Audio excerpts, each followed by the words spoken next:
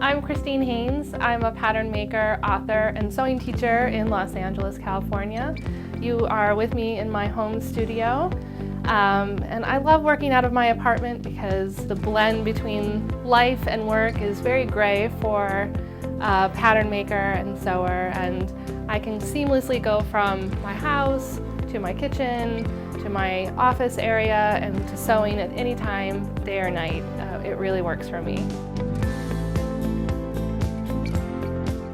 I would say there are many favorite little nooks in my studio. The joy of having my own studio in my house is I can fill it with all of the things that I love. This is definitely a happy little corner. I like having my books color coordinated since I'm a little bit of a neat freak, so that works for me to have all my books with me, but in a really beautiful color order. I also love this vintage chandelier that I got off of Craigslist. It's from Italy. And then having both an actual dress nearby and illustrations of vintage dresses is a super inspiring environment for me to design and sew and just be in all day. Like many sewers, I rely on IKEA shelving and storage to help keep me organized. I love these expedits, which I'm pretty sure they're not making anymore, but there's a new word for the same product. And these bins, and most of these bins are filled with sewing patterns, believe it or not, mostly vintage. If we open one up, these are actually some vintage sewing patterns from Bernina from the 60s that I bought, actually from 1970, that I bought in Amsterdam this spring. But also hiding inside here are tons of vintage patterns from mostly 50s, 60s, and 70s, a few that are older and a few that are newer, new ones like from Lizette. But that's what's hiding in all of these bins are hundreds and hundreds of sewing patterns. I think of it as sort of my own personal reference library that I can draw inspiration from while I'm designing new patterns. I really like vintage details, little collars, little buttons, little details that are kind of lost on ready-to-wear modern items. And so I use all of the patterns that I have in my library as a reference to just draw ideas upon. But it's really important to me that my designs be vintage inspired, but not costumey. I never want to look like I'm wearing a costume like I'm going to some sort of 50s inspired party. I want to just be modern and minimal, but with all of those really lovely feminine and vintage details. And so these patterns help inspire and get my creative juices flowing when I'm thinking about what I want to design and how I want to, inspire a design to have a certain feel. Do I want it to feel more 60s? Do I want it to feel more 70s or more 50s? More casual, more dressy, and I try to draw upon all of those ideas to create something that's still really contemporary and modern, but with all of those feminine vintage flair details. This is another favorite little nook of my studio. Obviously, this is where I do the bulk of my sewing, so I have to really love it and feel inspired by it.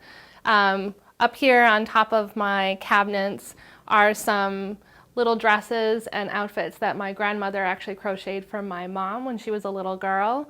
They're really precious to me, and I have even more than what I have displayed out. But Christmas morning, when my mom was a little girl, she came out, and around the Christmas tree were all of these little dresses that my grandmother had spent the year crocheting, and they were all sized for my mom's Barbies. And now I have them, and I got little dress forms online so that I can have them surrounding me while I'm working and making adult-sized versions of those exact same things. This is where I do my sewing, so I have to love what is in front of me. I like having just a simple bulletin board because I can change it as my mood strikes. More or less, when I'm designing a new pattern, it's full of things that inspire my mood for that pattern. Right now, for the sake of a tour for you guys, I have 4 of my designs up there so that we can see some of my current designs. But when I'm drawing a inspiration upon it for a new pattern, I always want to have things that sort of help me set that mood. And actually the floral is vintage wallpaper that I got at a flea market in Paris, which I just absolutely adore. The sewing machine, can't do my job without my sewing machine, and I couldn't love my Bernina more. It is a 1980s Bernina record, 930 electric. For you super Bernina fans out there will know how much of a workhorse this machine is, and I love it so much. A few years ago, I actually have only owned it for about 4 years, despite that it's from the 80s. I bought it from a woman who was selling it on Craigslist. Her mother had actually passed away, and she knew it was really a valuable machine for someone as well as financially for her. And I was happy to scoop it up and use it now every single day. It's my main machine. Also back here, we have the Sylvie Dress, which of course I'm also wearing, which is what I'm going to teach you how to make here. And my main sewing space, this table works perfectly for me. It's obviously a vintage dining table. I love that it's deep enough for me to be able to pull my machine forward and back as necessary. I can push the machine back out of the way when I want to do trimming and then pull it forward again when I'm ready to sew. It's also wide enough for me to have both my overlock machine and my straight stitch machine side by side while I'm working. So I don't have to go to another table. I can just literally go from side to side. Also over here, all the tools you need to have on hand at a moment's notice. So I have all of my cutting tools, marking tools, pins, and all kinds of things that I basically need to grab all day, every day. And everyone's favorite wooden spool rack, which of course I've done in more or less a rainbow, so I know what I have at a moment's notice as well. You don't think you can fill like 100 and something spool rack until you start to load your thread on it and you realize you have a lot more thread than you think you do. And then, of course, everyone needs their iron and their ironing board. I also have up here above my spools a couple of vintage drawings that I believe are from the 50s or 60s. They're original drawings from vintage sewing patterns, which I absolutely love. My students ask me all the time what my favorite tool is, and there are some obvious ones. Of course, you can't really do much without your sewing machine, and I'm a big advocate of loving your iron and embracing the fact that you have to iron a lot. It really elevates a project from homespun to crisp and professional. But by far my favorite tool is my seam gauge, which I have over here. If you've never used a seam gauge before, I'm here to enlighten you at the importance of the seam gauge. You'll see it has a little blue bar that moves. It has one side that is imperial and one side that is metric, depending on what you're using it for. And I really prefer to have one with this flat top on it instead of the ones that come with a pointed top, because you want to butt this up against the thing that you're measuring.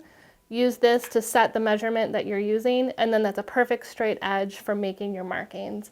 I really talk to my students a lot to the point where they pick on me about the love of the seam gauge, but really when you start sewing a lot, you're gonna really geek out on precision, where seams and everything are coming together perfectly, and those little 1/4 and 1/8 of an inch little bits add up, and the way to make perfect turns and all of that is with the seam gauge. It will make all of your sewing more precise. Love it.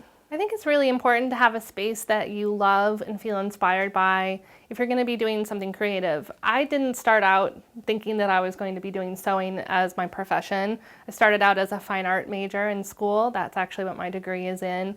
And even back in my 20s when I was doing art school, I understood the importance of having your own little haven.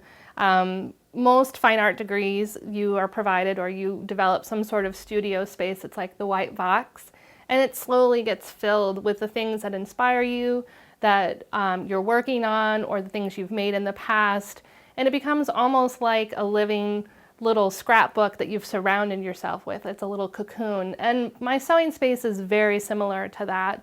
It's filled with all of the things that inspire me, that speak to me. It's not really a space to edit yourself necessarily, unless less is more for your creative process.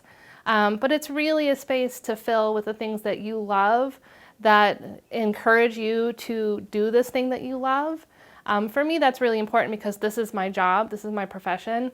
But for you at home, it should be the same thing. It doesn't matter if that's literally a corner in the living room that your family has decided to give to you with a little folding table. Just make that space your own. It can be a little bit of your bedroom. Maybe you actually have a spare room. That's awesome. But you really want to fill it with all of the things that you love, that speak to you, that really relate to the thing that you're working on, which for me is sewing. So filling my space with the stuff that I love is really, really critical.